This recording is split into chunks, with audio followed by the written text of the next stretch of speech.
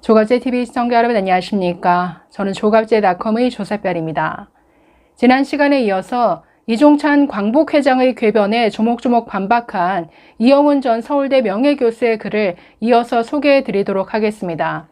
대한민국의 원년이 1919년이라는 황당한 궤변을 연이어서 펼쳤던 이종찬 광복회장의 주장에 대해서 아주 조목조목 반박하고 있는데, 자, 지난 영상에 이어서 보도록 하겠습니다. 자, 보시면 또한 이종찬 씨는 정부는 없어졌지만 나라는 없어지지 않았다고 합니다. 나라는 면면이 이어져 왔다는 것입니다. 그래서 1948년에 마치 새로운 나라가 세워졌다는 듯이 건국이라는 말을 써서는 안 된다고 주장하고 있습니다. 이종찬 씨는 비록 정부가 없어졌지만 나라가 존속한 증거로서 우리말, 태극기, 국호 등을 거론하고 있습니다. 우리 민족의 전통 문화는 일제하에서 없어지지 않고 면면이 이어졌습니다. 누가 그걸 부정합니까? 저는 오히려 강화되기도 했다고 생각하고 있습니다. 그런데 이종찬 씨는 그런 문화적 수준의 요소를 가리켜 나라라고, 곧 국가라고 하고 있습니다. 반복되지만 저는 이종찬 씨를 신설을 내세울 만한 자격의 학자라고 인정하지 않습니다. 그가 무슨 자격으로 이 같은 황당설을 국가적 경축식에서 함부로 내뱉는지 모르겠습니다. 일제하에서도 우리의 나라는 면면이 존재했다고요? 누가 그런 주장을 했습니까? 그 근거를 제시하기를 바랍니다.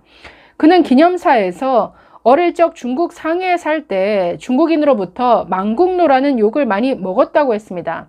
망국노는 나라를 잃은 백성을 가리키는 뜻입니다. 나라를 잃고 해외에 망명하면서 망국노라는 욕을 먹고 자란 집안의 아이가 어찌 그 시대에도 우리의 나라는 존속했다고 이야기하는 겁니까? 마지막으로 광복회가 존중에 맞지 않는 임시정부의 법통에 대해 간단히 살피겠습니다. 나라가 망한 뒤 대한민국이 건립되기까지의 역사에 대해 우리의 초대 헌법의 전문은 다음과 같이 이야기하고 있습니다. 저는 이 전문을 우리의 원래의 건국 역사로서 정사라고 소중히 여기고 있습니다. 유구한 역사와 전통에 빛나는 우리들 대한국민은 기미 3.1 운동으로 대한민국을 건립하여 세계에 선포한 위대한 독립정신을 계승하여 이제 민주 독립국가를 재건함에 있어서 정의 인도와 동포애로서 민족의 단결을 공고히 하며 헌법 전문에 이런 역사적 서술을 삽입한 분은 다름 아닌 이승만 당시 국회의장입니다. 그는 국회의장으로서 재헌국회의 개회를 맞아 그날의 역사적 의의를 다음과 같이 설명했습니다.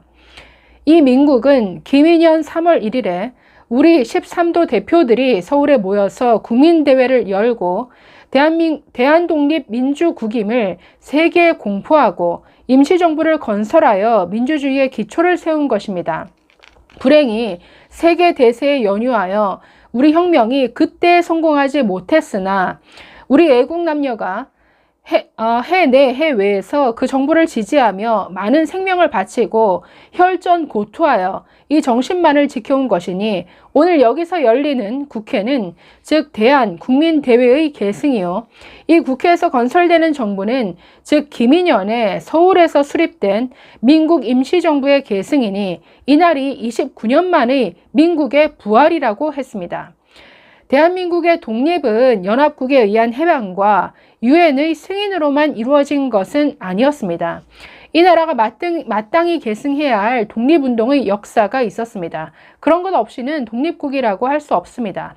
그런 역사를 이승만은 이같이 정의했던 것입니다. 1919년 3.1운동 당시 13도 대표가 국내에서 국민대회를 열고 독립을 선포하고 임시정부를 결성하였다. 그렇지만 당시는 세계정사에 제약되어서 성공하지 못했다. 그럼에도 불구하고 우리 애국남녀는 그 정신만을 계승하여 지난 29년간 혈전고투했으며 드디어 오늘 1948년 오늘 그 민국의 부활을 보게 되었다는 것입니다.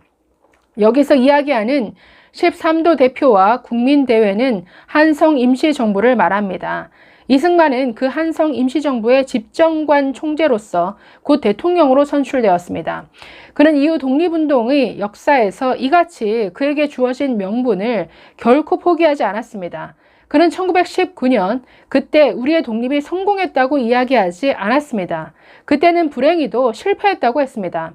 그렇지만 우리는 그 정신만큼은 곧 3.1운동이 표방한 인류 공영의 자유정신만큼은 결코 포기하지 않고 혈전고투를 벌여왔다고 했습니다. 이후 동년 8월 15일 정보 수립의 경축사에서도 그는 동일한 취지의 연설을 했는데 그에 대해서는 언급을 생략하겠습니다. 1960년대 이후 몇 차례 헌법이 개정되는 과정에서 위의 헌법 전문은 다소 개정이 되어 유구한 역사의 우리 민족은 3.1운동의 숭고한 독립정신을 계승한다고 했습니다. 그 기본 취지는 재헌헌법의 전문과 같다고 하겠습니다. 이런 건국의 역사가 크게 왜곡되고 변질되는 것은 1987년 제9차 헌법 개정 당시의 일이었습니다. 전 고려대 총장 김준엽 씨의 회고에 의하면 그는 당시 민정당의 총재 노태우, 민정당의 헌법개정위원 이종찬, 야당의 헌법개정위원 이중재 등과 긴밀하게 협의하여 헌법의 전문을 다음과 같이 개정했습니다. 곧 오늘날의 헌법 전문 그대로입니다. 즉, 유구한 역사와 전통에 빛나는 우리 국민은 3.1운동으로 건립된 대한민국 임시정부의 법통을 계승한다고 했습니다. 이전까지 3.1운동의 숭고한 독립정신이 대한민국 임시정부의 법통으로 둔갑한 것입니다. 김준엽 씨는 임시정부에 일시 종사했다는 그의 개인적 이력으로 인해 임시정부의 법통에 유난한 애착을 품었다고 보입니다. 그는 그와 동일한 이력을 지닌 가문 출신의 이종찬 씨 등과 협력하여 지금 같은 사람이죠. 지금 광복회장이 이때 여기에 참여한 사람입니다. 이종찬 씨 등과 협력하여 헌법 전문을 위와 같이 고쳤습니다. 몇 사람의 로비로 그들의 정치적 입장을 반영하여 헌법 전문이 함부로 고쳐진 사실은 당시까지 이 나라 정치인, 지식인, 나아가 일반 국민의 역사의식이 얼마나 초라한 수준이었는가를 잘 보여줍니다. 이후 이 구절을 근거로 하여 1948년의 대한민국의 건국을 부정하는 사이비 역사의식이 활개를 치고 유사 권력으로 국민을 지배하기 시작했습니다. 자, 그렇기 때문에 지금 이종찬 이 광복 회장에게 그 원죄가 있는 것이죠. 이 대한민국의 건국을 부정하는 이러한 일들이 일어나게 된 그 가장 큰 책임이 지금 이 사람한테 있는 것 아닙니까? 그런데 이제 와서 다시 한번 또다시 대한민국 건국 원년이 1919년이라는 이런 황당한 주장을 또다시 펼치고 있다는 것이죠. 자, 계속 보겠습니다. 당초 이승만 대통령이 헌법 전문에 삽입한 임시정부는 13도 국민대회로 성립한 한성 임시정부를 말하였습니다. 1945년 중경에 있다가 환국한 그 임시정부가 아니었습니다. 1919년 9월 상해에서 성립한 대한민국 임시정부는 3.1운동이 선포한 독립선언을 임시헌법의 전문으로 채택하였습니다. 1925년 반이승만 세력이 임시정부를 소비에트류의 위원회 제도로 개편하면서 그들은 이 같은 헌법 전문을 삭제했습니다. 3.1운동의 자유정신을 부정하였던 것입니다. 이후 임시정부의 이념과 노선이 어떤 모양으로 전개되었는지는 이야기하지 않겠습니다. 다만 1945년 12월에 환국한 임시정부가 1948년에 수립된 대한민국으로 그 법통을 잊지는 않았다는 사실만 거론하겠습니다. 국내로 돌아온 임시정부는 전 국민이 주시하는 가운데 국무위원회를 열기도 했습니다. 그러나 얼마 가지 않았습니다. 임시정부의 요인들은 1946년 미 군정의 자문기구인 민주의원에 참여했습니다. 이후 임시정부의 독자적 활동은 사실상 중단되었습니다.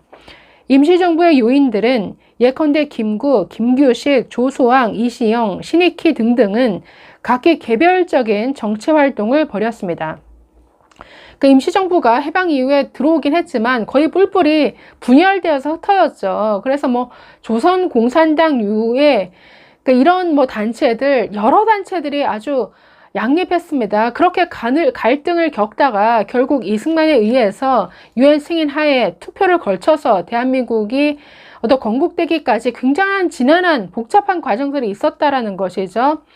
자, 계속 보시면 임시정부의 가장 상징적인 지위에 있던 김구, 김규식, 조소왕 등은 1948년 대한민국의 성립에 참여하지 않았습니다. 오히려 적극적으로 방해했습니다. 김구 선생은 이미 성립한 대한민국을 취소하라고 유엔에 공안을 발송하기도 했습니다. 그러다가 결국 김구 선생은 그의 당원에 의해 암살되는 비운을 맞이했습니다. 다시 말해 1945년에 황국한 임시정부는 대한민국 건국의 주역이 아니었습니다. 임시정부의 법통이 대한민국으로 계승되었다는 것은 역사적 사실이 아닙니다. 심하게 이야기해서 역사의 날조라고도 할 수 있습니다. 그 역사의 날조에 참여한 이종찬 씨가 세월이 36년 흐른 2023년 새로 선임된 광복회장의 자격으로 광복절 식전에서 대한민국의 건국을 부정하는 궤변을 다시 한번 늘어놓는 것은 차마 견디기 힘든 역사의 모순이 아닐 수 없습니다. 이종찬 씨는 그럴 만한 자격의 소지자가 아닙니다. 시세에 기민히 적응해온 정치가일 뿐입니다. 일제 하에서도 나라가 면면이 이어졌다는 둥, 해방은 독립운동 선열의 용기와 결단으로 이루어졌다는 둥, 광복절은 독립운동가들의 용기와 희생을 기리는 날이라는 등 고종의 죽음으로 왕정이 폐해지고 민주공화정이 세워졌다는 등 대한민국의 원년, 곧 건국은 1919년 임시정부라는 등의 궤변을 더 이상 삼가할 것을 정중히 요청드리는 바입니다.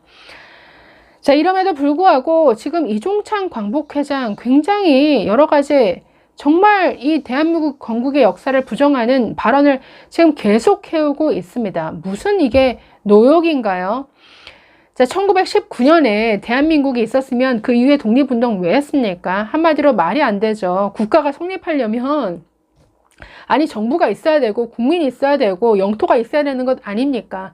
그렇기 때문에 정말 황당한 주장이 아닐 수 없는데, 자, 이영훈 전 서울대 명예교수가 정말 조목조목 당시 어떤 역사적 고증과 이 광복이라는 정확한 그 의미를 짚어주면서 아주 이렇게 잘 반박하는 이런 글을 올렸습니다. 여러분 잘 소개해 드렸는데 이 광복의 의미를 정리하는데 좀 도움이 되셨기를 바랍니다. 감사합니다.